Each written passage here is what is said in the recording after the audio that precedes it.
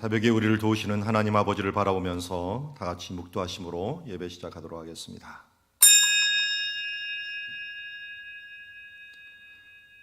하나님 아버지, 오늘 주님을 바라보며 나아갑니다.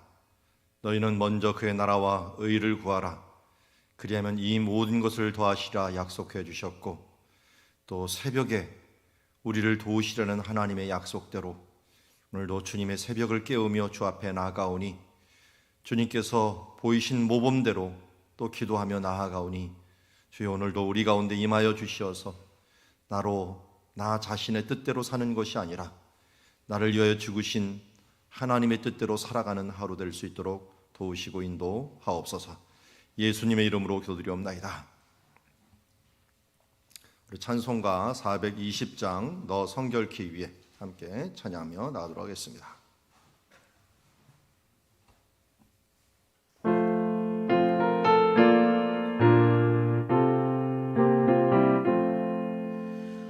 너 성결케 위에 늘 기도하며 너 주 안에 있어 늘 성령 보고 온 형제들 함께 늘 사귀면서 일하기 전마다 너 기도하라.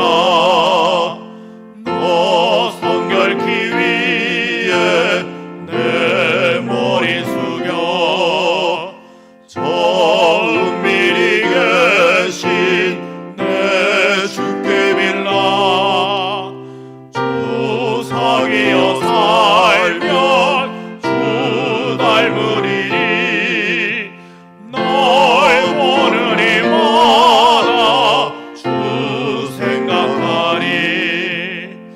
너 성결케 위에 주 따라가고 일 다급하여도 당황치 말고 참 즐거울 때나 또 슬플 때나 너 주님만 믿고 늘 따라가라. 너 성결케 위에 늘 기도하며 내 소원을 주께 다 맡기어라. 너 성령을 받아 주 섬겨 살면 저 천국에 가서 더 잘 섬기리. 우리 목요일마다 나라와 민족교회를 위하여 기도하고 있습니다. 나라와 민족교회가 우리 코로나19를 은혜 중에 극복하게 하옵시고, 교회가 정화되고 예배가 온전히 회복되는 날들이 속히 오게 하옵시며, 그리고 남북이 주 안에서 평화 통일을 이룰 수 있도록 하나님 은혜를 베풀어 주시옵소서. 우리 위하여 함께 기도하며 나가도록 하겠습니다. 하나님 아버지, 오늘도 나라와 민족교회를 위하여 기도하며 나아갑니다. 주님, 코로나19를 통하여 시험때 이르고 있지만 주님 여전히 이것을 잘 이겨내가고 있습니다. 하나님, 이 나라와 민족과 지도자들 가운데 하나님 좋은 판단력을 주시어서 잘 이기게 하시고 인도하여 주신 것 감사합니다. 교회가 정화되고 예배가 온전히 회복되는 하나님의 역사 이룰 수 있도록 아버지 도우시고 인도하여 주시옵소서. 주님, 남북이 주 안에서 통일되는 그 날이, 복음으로 통일되는 그 날이 속히 오게 하여 주시옵소서. 기도합니다. 바라봅니다. 주여, 이제 하나님의 뜻이 이 땅에 임하게 하여 주시옵시고, 그 뜻을 이루는데 주여 우리 나라와 민족이 사용될 수 있도록 아버지 도와주시옵시고, 한국교회가 사용될 수 있도록 하나님 교회를 정화시켜 주시고, 새롭게 하시는 하나님의 은혜를 통하여 하나님께 더 가까이 가는 주님의 자녀들 되게 하여 주시옵소서. 하나님 아버지, 이 나라를 다스리는 권세자들과 그리고 한국교회 지도자들을 위하여 기도하며 나아갑니다. 주님, 우리의 터전이 흔들리면 예수 안에서 평안한 마음을 가지고 주님의 신앙의 진보를 가질 때 너무나도 많은 어려움을 가집니다. 이제까지 주님께서 우리를 둘러주시고 또 여러 환경으로 우리를 받쳐주심을 감사합니다. 이제 소중한 것들을 소중하게 여기고 주신 은혜를 감사히 여기며 더욱더 주여 이들을 위하여 기도하며 나라 민족과 한국교회와 그리고 이제 남북 통일을 위하여 기도하며 나아가기를 원합니다. 주여 우리의 기도를 받아주시옵시고 주님께서 원하시고 기뻐하시는 환경으로 만들어 이 나라와 민족 또 우리 자신이 하나님께 귀하게 쓰임받게 하여 주시옵소서. 예수님의 이름으로 기도드리옵나이다. 자, 오늘 우리에게 주신 하나님의 말씀은 디모데전서 2장 1절부터 15절 말씀, 신앙 환경을 위해 기도하라 라고 하는 제목을 가지고 하나님 말씀 보도록 하겠습니다. 한 절씩 교독합니다. 그러므로 내가 첫째로 권하노니 모든 사람을 위하여 간구와 기도와 도고와 감사를 하되 임금들과 높은 지에 있는 모든 사람을 위하여 하라. 이는 우리가 모든 경건과 단정함으로 고요하고 평안한 생활을 하려 함이라. 이것이 우리 구주 하나님 앞에 선하고 받으실 만한 것이니 하나님은 모든 사람이 구원을 받으며 진리를 아는 데 이르기를 원하시느니라. 하나님은 한 분이시요 또 하나님과 사람 사이의 중보자도 한 분이시니 곧 사람이신 그리스도 예수라. 그가 모든 사람을 위하여 자기를 대속물로 주셨으니 기약이 이르러 주신 증거니라. 이를 위하여 내가 전파하는 자와 사도로 세움을 입은 것은 참말이요 거짓말이 아니니 믿음과 진리 안에서 내가 이방인의 스승이 되었노라. 그러므로 각처에서 남자들이 분노와 다툼이 없이 거룩한 손을 들어 기도하기를 원하노라. 또 이와 같이 여자들도 단정하게 옷을 입으며 소박함과 정절로서 자기를 단장하고 따은 머리와 금이나 진주나 값진 옷으로 하지 말고 오직 선행으로 하기를 원하노라. 이것이 하나님을 경외한다 하는 자들에게 마땅한 것이니라. 여자는 일체 순종함으로 조용히 배우라. 여자가 가르치는 것과 남자를 주관하는 것을 허락하지 아니하노니 오직 조용할지니라. 이는 아담이 먼저 지음을 받고 하와가 그 후며 아담이 속은 것이 아니고 여자가 속아 죄에 빠졌음이라. 같이 읽습니다.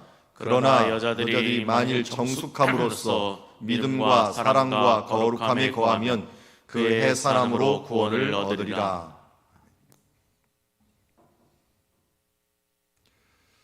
자, 앞에 보면은 에베소 지도가 있습니다. 에베소에는 크게 사도 바울이 활동했던 지역과 사도 요한이 활동했던 지역이 있습니다. 편의상 제가 사도 바울이 활동했던 지역을 에베소 1이라고도 지칭하고 또 저기 위에 사도 요한 교회가 있는 아야술룩이라고 하는 곳을 에베소 2라고 지칭을 하지만 실제적으로 이것은 중간에 아데미 신전이 하나가 있어서 같이 움직이는 큰 공동체였다 하는 것을 알 수가 있습니다. 그 고대에 10만이 넘는 사람들이 머물 정도였고 그들의 인구, 시민권을 가진 사람들이 얼마였는가 하는 것들은 원현 극장을 보면 알 수가 있습니다. 대극장에 한 2만 6천에서 아마 2만 7천 정도 들어가는 그런 대극장이 있었습니다. 그러면 이 사람들의 곱하기 4를 기본적으로 해도 가족이 되면은 이제 10만 명 가량이 되는데 노예들까지 하면 더 많이 있었을 그런 큰 공동체요, 큰 도시였다. 그러니까 한마디로 여기 주를 아시아라고 불렀는데 이 아시아 주에서 가장 큰 도시가 바로 이 에베소였습니다. 오늘 우리가 보는 이 디모데 전서는 여기서 사역하고 있는 디모데에게 사도 바울이 로마로부터 보낸 편지라고 할 수가 있습니다. 그러다 보니까 편지를 받는 지역에 대한 그런 배경이 굉장히 중요한데 로마 시대 때 그 역사가 그 로마 시대 역사를 쓴 사람이 로마 이 제국을 쭉 돌아다니면서 우리 지역에는 우리 로마 제국 근처에는 7대 불가사리가 있겠다 하면서 우리가 잘 아는 이거 피라미드부터 시작을 해갖고 몇 가지를 얘기를 했는데 그 중에 하나가 아데미 신전이었습니다. 아데미 신전이 불가사의하다라고 하는 것은 그만큼 사람이 어떻게 이것을 지을 수 있을까 할 정도로 거대한 신전이 있을 정도로 여기에 있는 신전이 위치하고 있는 것을 보게 됩니다. 그래서 여기 지금 노란색이 에베소 2라고 할 수 있고 지금 빨강색이 에베소 1이라고 할 수가 있고요. 저 멀리 항구가 있었던 지역이 보입니다. 에게해라고 할 수 있는 지역이고요. 저 노란색 있는 곳에 에베소 2에서 찍은 사진이 아랫부분입니다. 여기서 요한이 사역했던 곳에서 이렇게 쳐다보니까 멀리 산 두 개가 있는데 가까운 산이 지금 빨간색 있는 그 앞산이고 뒤에 멀리 산이 빨간색 화살표 뒷산이라고 할 수가 있습니다. 자, 그리고 여기에는 신전이 그러니까 이 노랑과 빨강 사이에 아데미 신전, 큰 신전이 자리 잡고 있었고 그 주변에 많은 사람들이 살았다라는 것을 알 수가 있는데 원래는 여기 지금 육지로 되어 있는 이 장소가 이런 식으로 바닷물이 들어와 있는 장소였고 그 가운데 지금 아데미 신전은 다 부셔졌습니다. 다 부셔져갖고 기독교가 공인이 되면서 이걸 다 부셔갖고 문을 만들고 교회를 만들고 또 도시를 만드는데 이 돌들을 다 사용했습니다. 심지어 지금 이스탄불이라고 하는 콘스탄티노플 있죠. 그것을 새로 건설할 때 여기 있는 아데미 신전을 다 부셔갖고 가져가갖고 만들기도 했다 할 정도로 어마어마한 신전이었다 하는 것을 알 수 있고 지금 터키 정부에서 그 기념비적인 이 기둥만 세워갖고 이 정도 높이였다 하는 것들만 만들어 놓은 상황에 있습니다. 자, 이것을 우리가 명심하고서 오늘 말씀을 봐야지 그렇지 않으면 우리가 오해하기 쉬운 말씀 큰 게 하나가 좀 나옵니다. 그 부분들을 알려주기 위해서 에베소 배경을 먼저 말씀을 드립니다. 자, 먼저 1절에 보면 그러므로 내가 첫째로 권하노니 모든 사람을 위하여 간구와 기도와 도구와 감사를 하되. 자, 먼저 권한다. 프로토스라는 말인데 원래 사도 바울이 그 앞에 프로토스라는 말을 하나 썼어요. 이게 뭐냐면 첫째다. 그런데 이 첫째를 괴수라는 말로 했죠. 내가 죄인 중에 첫째가 된다. 우두머리다. 이 제일 먼저가 되는 사람이다 하는 것들을 괴수라고 얘기를 했는데 여기도 프로토스라는 말을 씁니다. 첫째로 권하는 것이 이것이다라고 했는데 여기 제가 이제 그리스에서 좀 살아봤잖아요. 그리스에서 헬라어를 쓰는데 지금 헬라어하고 2000년 전 헬라어하고 너무 틀려갖고 우리나라 훈민저금 읽을 때 우리가 스스로 읽기 힘들잖아요. 그게 500년밖에 안 된 거예요. 그런데 헬라어는 2000년이 변한 겁니다. 이때 쓰는 거하고. 그러다 보니까 너무 많이 변해갖고 이 사람들도 글자는 똑같은데 우리는 글자도 좀 바뀌었죠. 그런데 이 사람들 글자는 똑같아요. 그런데 읽기는 있는데 무슨 말인지 몰라요. 너무 많이 바뀌어갖고. 그렇지만 똑같은 말들도 많이 있어요. 당연히 옛날부터 쓰던 말들 중에 명사나 동사 중에 같은 말들이 있죠. 그 중에 하나가 아주 많이 쓰는 말이 있어요. 파라칼로라는 말을 써요. 파라칼로스, 칼로 이렇게 파라칼로라고 옛날에는 발음이고 지금은 파라칼로라고 부르는데 이게 뭐냐면 플리즈라는 말이에요. 플리즈. 내가 원합니다 하면서 플리즈 이렇게 얘기하는 말이 파라칼로래요. 그래서 거기 그리스에 가면 맨날 지나가다 보면 좀 지나가야 됩니다. 좀 비켜주세요. 파라칼로 이렇게 얘기하면서 갈 때가 많아요. 여기 1절이 바로 파라칼로로 시작을 합니다. 파라칼로. 내가 원한다. 나는 권한다. 권한다 하지만 제발 원하는 것 중에 하나가 뭐냐? 이걸 얘기하는 거예요.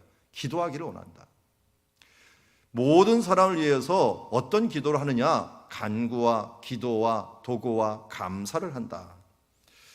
쉽게 말하면 이 기도를 강조한 네 단어라고 할 수도 있지만 기도에는 이런 기도가 있구나. 우리 예배도 마찬가지죠. 옛날에 제사 그러면은 그래서 제사를 드리면 되는데 그 제사 앞에 다양한 제사들이 있었어요. 그래서 번제, 소제, 속죄제, 속건제, 화목제 이런 제사가 있었던 것처럼 여기에도 기도가 사도 바울이 말하는 데는 기도가 한 4가지 종류의 기도를 이야기합니다.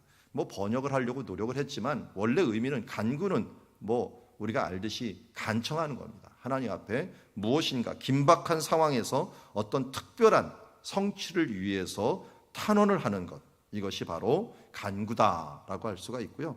기도는 일반적인 기도죠.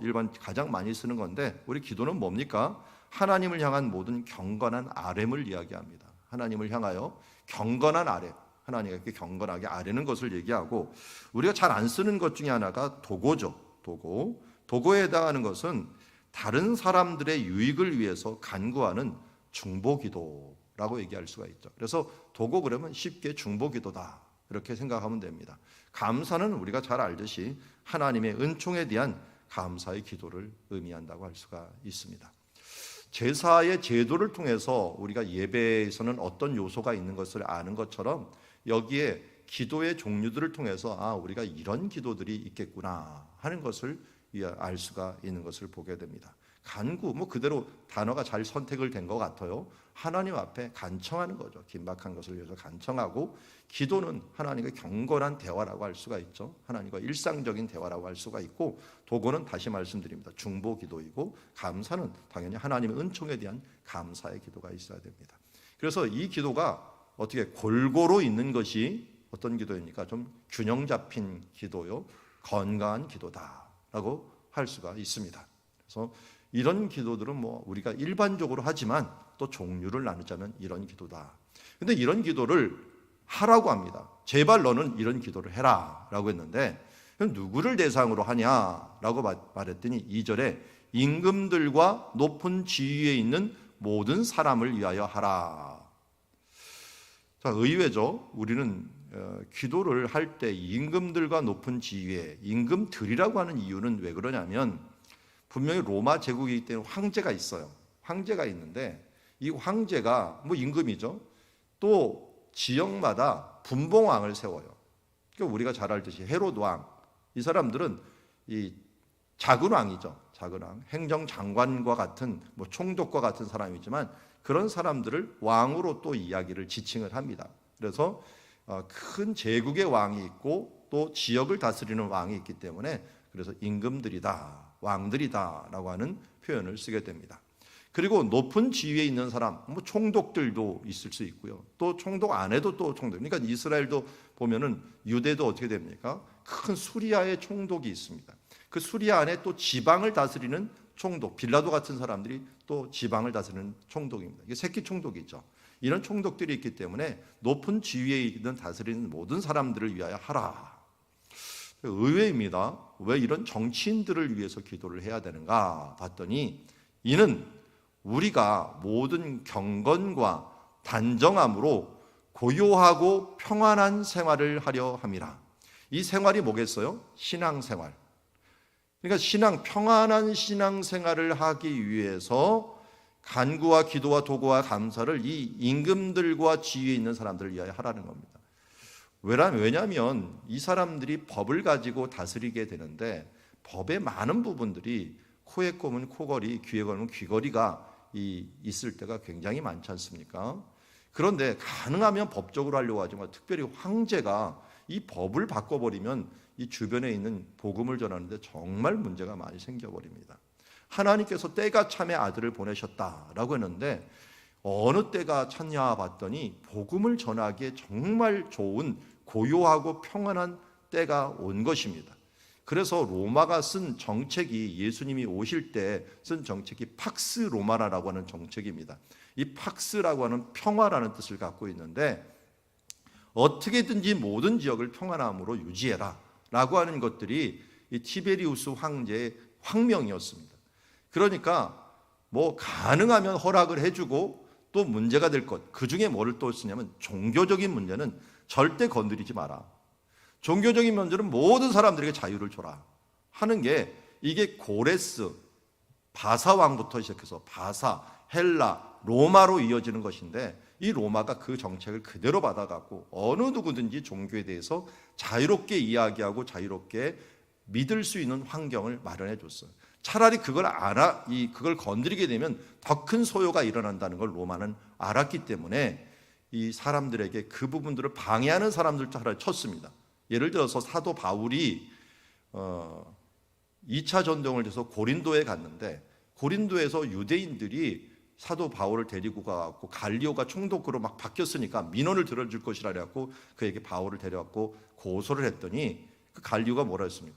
야, 종교는 자유인데 왜 너희가 데리고 왔느냐 해서 데리고 온 회당장을 때려버렸어요. 그러는 바람에 사도 바울이 2차 전도행을 고린도에서 아주 넓게 펼쳐나갈 수 있는 힘을 얻게 된 것을 보게 됩니다. 이게 바로 이런 것들을 위해서 기도해야 될 것이에요. 하나님의 복음이 널리 퍼져가는데 방해가 되지 않도록. 한마디로 우리는 지금 무엇을 위하여 기도해야 됩니까? 법적으로 입법부와 또 행정부가 이런 법적인 부분들을 잘 행할 수 있도록, 예를 들어서 우리 예배 터전에 대한 부분들입니다. 이런 것들도 마찬가지입니다. 이게 정부가 어떤 결정을 하냐에 따라서 우리가 예배에 대한 것도 많은 제한을 받을 때가 있습니다. 특별히 정부가 아니죠. 이건 입법부가 어떤 법을 정하느냐에 따라서 동성애에 대한 부분들을 정해놓으면은 어떤 결과가 나와요? 동성애를 허락해주고 평등법이라고 하는 허울이 좋은 법으로 허락해주면 어떻게 됩니까? 동성애가 잘못됐다라고 하는 성경 말씀과 이 정면으로 반대가 되면서 우리가 동성애가 잘못됐습니다라고 성경에 말하는 것이고, 그런 사람을 차라 쳐 죽이라고 했는데 이런 법에 대해서는 잘못됐으니 성경의 이 말씀은 지워라. 우리의 법과 잘못되었다.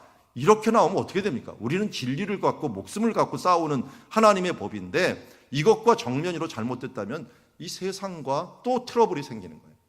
그러니까 우리가 어떻게든지 이 임금들과 지위에 있는 사람들이 하나님의 법대로, 하나님의 뜻대로 법을 유지해 나가고 그 법을 세워나갈 수 있도록 우리는 기도해야 되는 것입니다. 이 말이 그 말이에요. 경건과 단정함으로 고요하고 평안한 생활을 하기 위해서 우리가 입법부를 위해서, 우리 국회의원들이죠. 입법부를 위해서, 또 사법부를 위해서, 또 행정부를 위해서 이들이 정말 하나님의 복음을 전하는데 방해가 되지는 최소한 않아야 될 거 아니에요. 그들이 도움을 못 주더라도 그런 일들을 위해서 기도하라는 것은 바로 여기에 있는 이 말씀의 근거에서 우리가 더욱더 기도해 줘야 돼요. 무조건 반대, 무조건 하는 게 아니라 하나님 우리의 국회의원들의 마음들, 그리고 우리의 행정부와 사법부의 마음들을 하나님 붙들어 주시옵소서 위하여 우리가 기도하고 행하는 것들은 우리의 신앙 환경을 위하여 기도하라라고 말씀합니다. 그것은 우리의 신앙생활과 직결되는 것이고, 지금도 교회를 10%로 제한하는 것들 왜 그러면? 아니, 공연할 때는 5천 명까지도 허락을 하는데 예배 드릴 때 10%를 제한하고, 식당에서는 마스크 다 벗고 식사를 하는데 우리는 마스크 다 쓰고 예배를 드리고, 그리고 실제적으로 이 결과를 봤더니 예배 중에 코로나 걸린 사람이 아무도 없어요.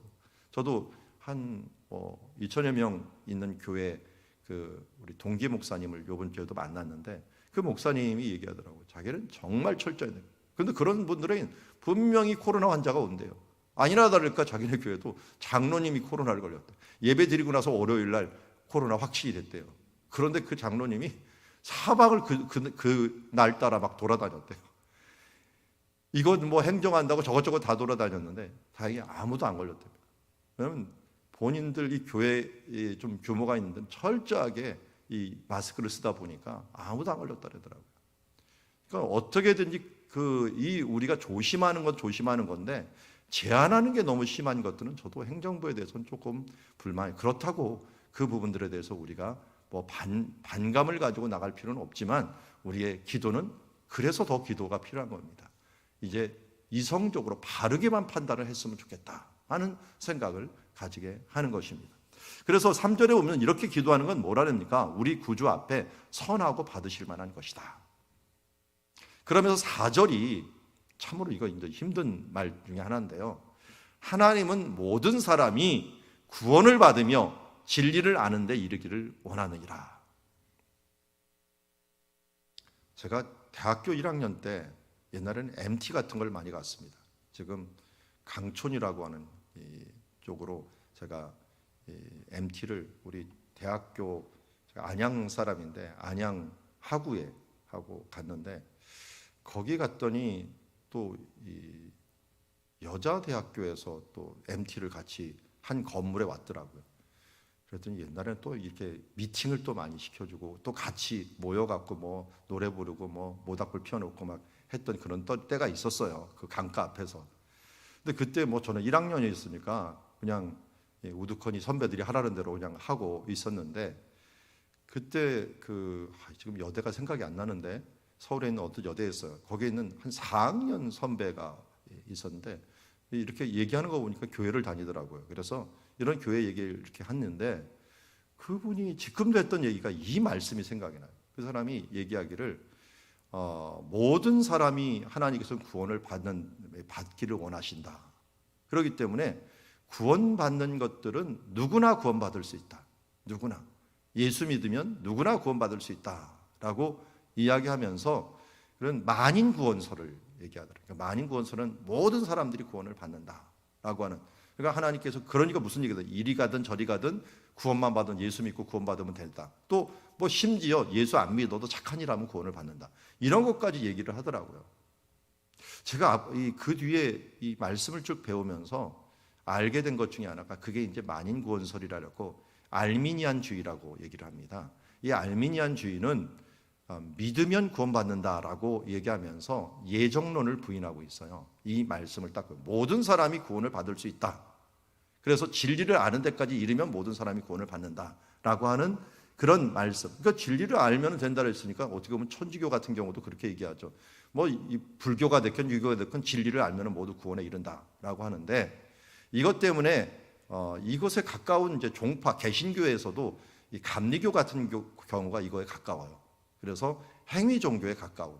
그 모든 사람 노력해 갖고 구원받으면 믿으면 모든 사람이 구원을 받는다라고 하는데 이 관건이 이 모든 사람이에요. 이 모든 사람이 예수를 안 믿는 모든 사람을 해당하는 것인가? 아니면 예수를 믿는 사람들을 해당하는 말인가 하는 부분들에서 이 관건으로 많은 해석이 갈리게 됩니다. 쉽게 말해서 이렇게 얘기하죠. 십계명은 세상 모든 사람을 위하여 주신 말씀일까요? 아니면 하나님의 백성을 위하여 주신 말씀일까요? 십계명은 모든 사람이 지키면 다 좋죠. 그런데 여호와 하나님이 그 말씀을 주실 환경을 생각을 해보시죠. 그것은 이스라엘 백성을 끌어내서 시내산에서 머물고 있으면서 주신 돌판이에요. 언약의 돌판이고 말씀의 돌판이라고 할 수가 있어요. 이걸 모든 사람에게 적용시켜버리면 어떻게 됩니까? 지금 당장 갇혀 우상을 만들지 말라 그랬으니까 이 불교들 사원 뭐 절에 가고 이 불상들을 다 부셔버려야 돼요. 뭐 당군 세워놓은 교회 학교들이 있더라고. 다 부셔버려야 돼요. 왜? 우상을 세우지 말라고 했으니까 모든 사람들에게 이게 해당하는 말이니까요.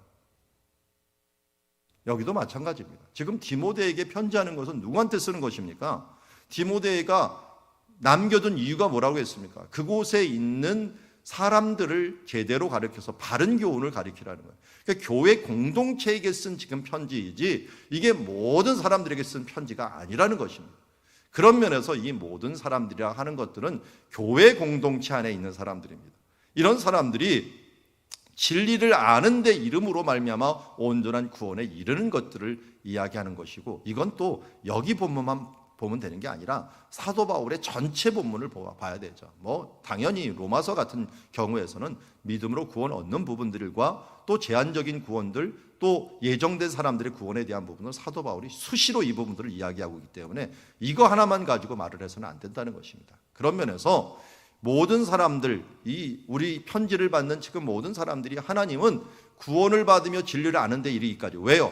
그 앞에 있는 기도를 얘기하는 거예요. 이런 기도를 해라. 왜냐하면 고요한 가운데 평안한 생활을 하면서 구원을 받으며 진리를 아는 데 이를 때 뭐가 돼야 돼요? 평안함이 먼저 돼야지. 뭐 전쟁이 일어나고 박해가 일어나면 언제 성경 공부하고 언제 하나님 앞에 성장하겠어요? 그냥 쫓겨다니면서 있고 그거 믿느라고 급급한. 지금 북한 사람들이 성경 공부를 제대로 하겠어요? 성경을 제대로 읽겠어요? 하나님에서 어떻게 자라가겠어요? 믿느라고 급급한 그런 사람들, 태어나라고 그냥 급급한 삶 속에서 끝나버리는 거잖아요.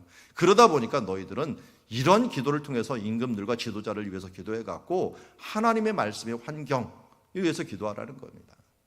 그러면서 5절에 왜냐하면 하나님은 한 분이시오 또 하나님과 하나님 사이에는 중보자는 한 분이시니 곧 사람이신 그리스도 예수시라. 자, 구원에 대한 부분들을 진리를 아는 데 이르기신을 원하는 하나님이 왜 이런 기도를 하고 왜 이 진리를 아는 데까지 이르기를 원하시느냐? 하나님은 한 분이시오 또 하나님과 하나님 사이에 중보자도 한 분이시니 곧 사람이신 그리스도 예수라 라고 얘기했는데요. 여기에 제가 이게 좀 4절과 5절이 잘 이해가 좀 안 돼가지고 원어를 뚫어지게 쳐다보니까 이 4절에 보면 하나님이라는 글자가 없더라고요. 원래 그는 모든 사람이 구원을 받으며 라고 얘기를 하더라고요. 그는. 이 그는이 5절로 가면은 해석이 잘 되더라고요. 그는이 누구냐? 하나님이에요. 그러니까 한 분이신 하나님, 이시오라는 말은 원래 원어에 없어요. 한 분이신 하나님은 모든 사람이 구원을 받기를 원하신다. 그리고 그분을 계속 한 분 하나님을 또 얘기하는 거예요. 또 하나님과 사람 사이에 중보자 되신 한 분, 곧 예수 그리스도죠. 사람 되신 예수 그리스도께서 모든 사람이 구원을 받기를 위하여 이 땅에 오셨고, 이 땅에서 십자가를 지며 희생하신 이유가 바로 뭡니까? 모든 사람이 구원받고 진리를 알기를 위하여 이 땅에 오셨다는 겁니다. 하나님은 그러니까 우리에게 뭘 원하시느냐? 예수님이 곧 이 땅에 오셔서 뭘 원하시느냐? 우리가 예수 믿고 구원받기를 원하신다는 거예요. 어떻게 해요? 진리를 아는 데까지 이르기 위해서. 진리를 아는 데까지. 그래서 예수님이 오셔갖고 하신 일이 크게 두 가지죠. 두 가지예요. 우리가 잘 아는 대로 십자가에 죽으셔서 우리의 구원을 위하여 죽으셨어요. 또 한 가지는 뭡니까? 천국 복음을 전하셔서 진리를 아는 데까지 우리가 이르기를 원하셨던 것을 보게 됩니다. 그러니까 한 분이신 하나님, 인간과 하나님 사이에 중보자 되신 그 예수 그리스도, 그분이 정말 우리에게 원하시는 것이 뭐냐? 우리가 바로 구원을 받고 진리를 아는 데 이르기를 원하신다라는 것입니다. 그 진리를 아는 데 이르기 위하여 필요한 환경이 뭐냐? 고요함과 평안함 가운데 우리가 예수님을 믿는 게 중요하다. 그래서 예수님 시대 때도 팍스 로마라라고 하는 그런 세계를 주셨듯이, 그렇게 하면 어떻게 됩니까? 복음이, 제가 말씀드렸죠, 20년 안에 로마 제국 전체 복음이 전파될 정도로 하나님의 복음이 확장될 수가 있습니다. 이렇게 평안함과 고요함을 위해서 너희가 기도하고, 그렇게 함으로 복음이 정말 널리 퍼질 수 있도록 기도하라 말씀합니다.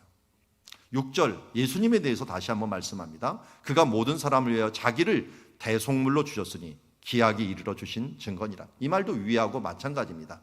카이로스라는 말을 씁니다. 카이로스하고 크로노스라고 하는 시간의 두 가지 개념을 쓰고 있대. 크로노스는 그냥 일정한 흘러가는 시간을 얘기한다면, 여기는 카이로스라고 하는 것은 약속된 시간을 얘기합니다. 그리고 여기 카이로스는 약속된 시간이 이르렀다는 거예요. 약속된 시간이 이르러서 하나님께서 자기의 이 아들을 대속물로 주심으로 말미암아 결국 뭘 하겠다는 거예요? 모든 사람을 구원하기 위하여 바로 이 일들을 행하셨다는 것입니다.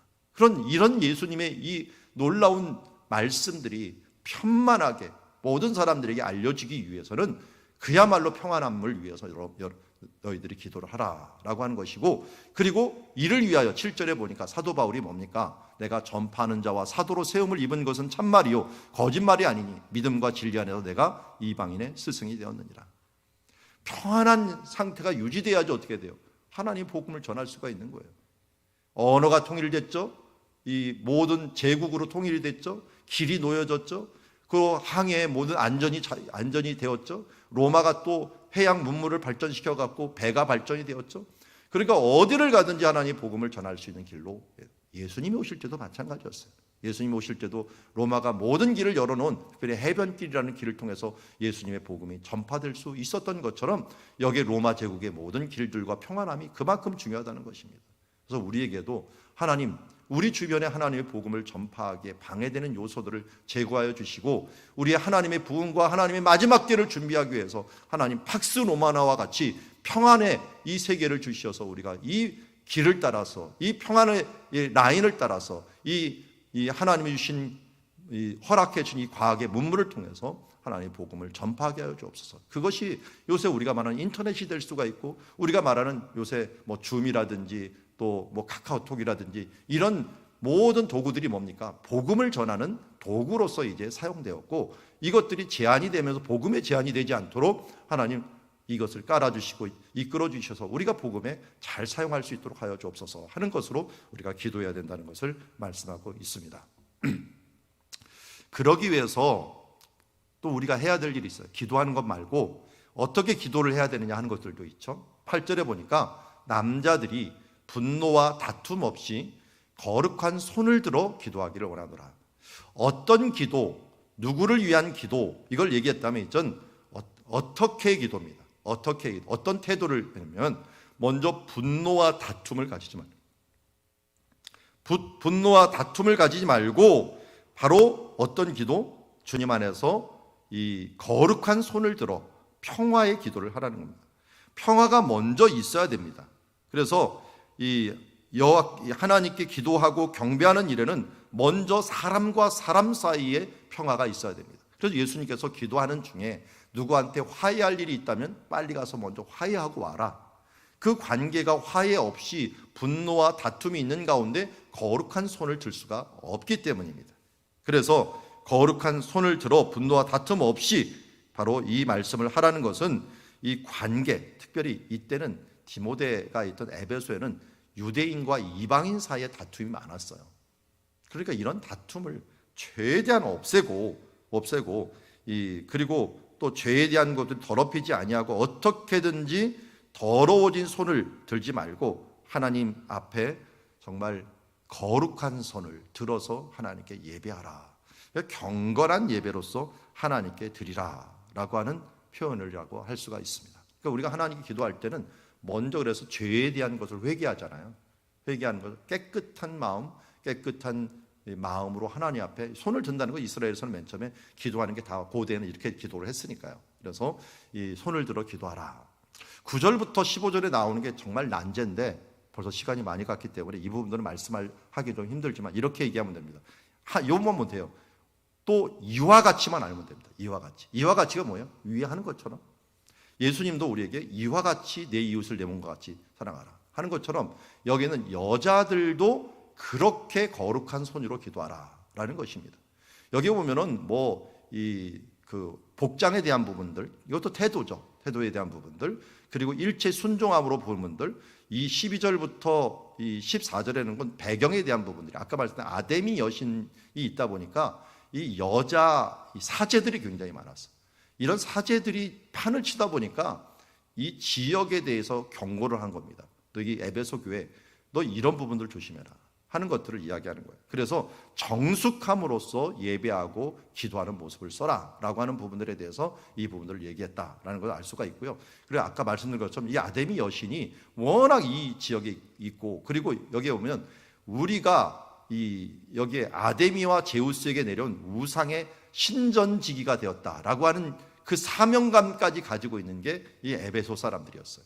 에베소 사람들. 그러다 보니까 사도행전 19전에 폭동이 일어나는 일들이 벌어졌고, 실제로 에베소와 이 아시아 주변에 있었던 이 신들을 보면은 이 아데미라고 하는 헬라의 여신이고요. 헬라의 여신. 그리고 헬라 말이 로마로 가면 다이애나가 돼 버리고, 이 이스라엘 쪽으로 오면 아세라가 돼 버리고요. 그리고 또 저기 이집트로 가면 이시스가 됩니다. 이시스. 이 바벨론 쪽으로 가면 아르스테아라고 하는 그런 말로도 돼버리고요. 여기 지금 아시아 쪽에는 지금 제가 사진 찍어 놓은 건데 비시디아 안디옥에 가서 박물관에서 제가 찍은 거예요. 그게 이 여신이 있는데요. 키벨레라고 하는 이 여신입니다. 키벨레, 저는 시벨레라고 부르는데, 키벨레라고 하는 이 여신이 그 지역의 이 무덤에 지금 관에 이렇게 붙여져 있는 모습을 보고, 또 여신 상들이 발견되고, 요새 이슬람이 이 초승달을 그리잖아요. 초승달이 아니라 거꾸로 된 이 달 모양이 바로 이들의 여신 모양이었다 하는 것을 알 수가 있습니다. 그만큼 다양한 여신들과 여자 사제들이 많다 보니까 그들의 영향을 받아갖고 막 사제들이 교회에서 믿고 나서 변화된 사람들이 교회에서 판을 치면서 가르치려고 들고 하는 이런 문화들 가운데서 이 주신 말씀이기 때문에 각 지역마다 경고하는 바가 틀립니다. 경고하는 바가 틀리기 때문에 우리가 이 말씀에 대해서는 현대 시각에 있어서는 한마디로 나대지 말라라는 거예요. 어떤 특정한 세력들이 나대지 말라라고 하는 부분들을 우리에게 이야기하는 말씀이라고 할 수가 있습니다. 이것도 모두 환경이라고 할 수가 있죠. 결국은 우리가 신앙 환경, 신앙 생활을 위해서 기도하라라고 하는 말씀의 큰 뿌리에서 나오게 되는 것을 보게 됩니다. 먼저 어떤 것을 기도하라는 거예요? 우리가 하나님 앞에 기도의 이런 종류들을 이야기하고 있고, 그리고 이 기도의 종류뿐만 아니라 이젠 기도의 대상들을 얘기하고 있어요. 구원받을 대상들, 특별히 누굽니까? 지도자들을 위해서 기도하라. 그리고 기도의 태도에 대한 부분들을 얘기해서 어떻게 해요? 거룩한 손을 펼쳐서 경건한 모습으로, 우리가 깨끗한 모습으로 남자나 여자나 모두 이 오염되지 않는 그 모습으로 하나님께 기도하라라고 말씀합니다. 이렇게 행할 때 하나님의 나라가 우리 가운데 임하고 또 하나님의 구원이 우리 가운데 임하는 줄 믿습니다. 기도하겠습니다. 하나님 아버지, 오늘 말씀 깊고 넓고 또 긴 말씀이라 또 많은 시간들을 소비했지만 하나님께 주신 우리의 메시지는 분명한 줄 압니다. 그러므로 내가 첫째로 권하노니 빠라깔로 너에게 간청하노니 모든 사람을 위하여 간구하되 기도와 간구와 기도와 도고와 감사로 기도하고, 그리고 이제 평안한 생활을 위하여 지도자를 위하여 또한 나아가서 우리 모든 사람들이 거룩한 손을 들고 기도하라고 말씀하였습니다. 이 말씀 우리 마음에 품고 균형 잡힌 기도 생활들 할 수 있는 그리스도인들 모두 되게 하여 주시옵소서. 예수님의 이름으로 기도드리옵나이다.